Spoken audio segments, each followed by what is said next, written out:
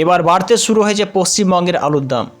গতকাল থেকেই কিন্তু আমাদের পশ্চিমবঙ্গের আলুর দাম এবার বিভিন্ন মার্কেটগুলিতে বস্তা পিছু কাছাকাছি 10 থেকে 50 টাকা পর্যন্ত বাড়তে শুরু হয়েছে।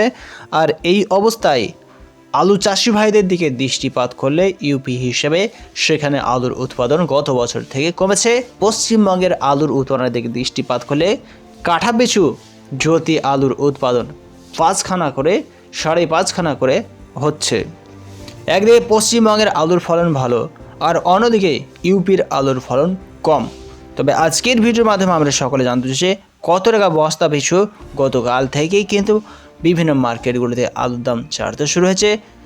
এই অবস্থায় পশ্চিমবঙ্গের বিভিন্ন মাঠঘাট থেকে কত টাকা দাম হিসেবে জ্যোতি আলু কেনার কাজ চলছে, বিস্তারিত আলোচনা, চাষি ভাইদের ফ্রি আলুর দাম কত টাকা চলছে, সমস্ত কিছু বিষয়বস্তুকে প্রাধান্য করে আজকের ভিডিওটি আপনাদের সামনে উপস্থাপন করা হয়েছে। তবে চলুন এই মুহূর্তে ভিডিওটিকে স্টার্ট করা যাক। গত বছরের তুলনায় এই বছর কিন্তু আমাদের পশ্চিমবঙ্গের রাজ্যটিতে ভালো মাত্রায় আলুর উৎপাদন হতে দেখা যাচ্ছে, বিশেষ করে দক্ষিণবঙ্গে। আর অবশ্যই আমরা সকলেই কিন্তু সেই ধরনের আপডেট প্রতিনিয়ত গত দিনেও যেমন পেয়েছি, আগেও পেয়েছে। কিন্তু ইউপির দিকে দৃষ্টিপাত করলে ইউপির আলুর উৎপাদন অনেকটাই ঘাটতি দেখা গেছে। গতকাল যেমন আলুর উৎপাদনের বিষয়বস্তুকে প্রাধান্য করে বিভিন্ন মার্কেটগুলিতে আলুর দাম পশ্চিমবঙ্গে বেড়েছে। যেমন আরামবাগে 50 কেজি নতুন জ্যোতি আলুর দাম কাছাকাছি বস্তা পিছু 20 টাকা বৃদ্ধি হয়ে 300 টাকা লক্ষ্য করা আছে। বর্ধমানেও এখানে নতুন জ্যোতি আলুর দাম 20 টাকা বৃদ্ধি হয়ে কাছাকাছি 320 টাকা লক্ষ্য করা আছে। মেমারিতেও নতুন জ্যোতি আলুর দাম 10 টাকা বৃদ্ধি হয়ে 320 থেকে 330 টাকা জ্যোতি আলুর দাম লক্ষ্য করা যাচ্ছে। চন্দ্রকোনা রোডে 50 কেজি নতুন জ্যোতি আলুর দাম 50 টাকা বস্তা পিছু বৃদ্ধি পেয়ে 290 থেকে 300 টাকা লক্ষ্য করেছে। আমলাগোড়াতেও নতুন জ্যোতি আলুর দাম কাছাকাছি 50 টাকা বৃদ্ধি হয়ে 300 টাকা শোনা যাচ্ছে। কতুলপুরে জ্যোতি আলুর দাম 20 টাকা বৃদ্ধি হয়ে 290 টাকা শোনা যাচ্ছে। সোনামাখিতে নতুন জ্যোতি আলুর দাম 290 টাকায় পরিলক্ষিত হচ্ছে।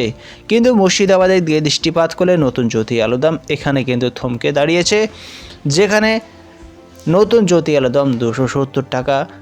এছাড়া পোখরার আলুর দাম 250 টাকাও পরিলক্ষিত হচ্ছে বিভিন্ন মার্কেটগুলিতে। ইউপিতে কিন্তু কোনো কোল্ড স্টোরে এখন পর্যন্ত লোড হতে লক্ষ্য করা যাচ্ছে না। আর হয়তো ইউপিতে 10 দিন মতন আলুর খোদাইয়ের কাজ চলবে, তারপরেই কিন্তু বিভিন্ন মাঠের আলু শেষ হয়ে পড়বে। কাছাকাছি লক্ষ্য করা যাচ্ছে ইউপিতে 70 থেকে 75% মতন, কোনো স্থানে 60% মতন, 65% মতন আলুর খোদাই কাজ কমপ্লিট হয়ে গেছে। কারণ এই বছর আলুর ফলন গত বছর থেকে ইউপিতে কমেছে।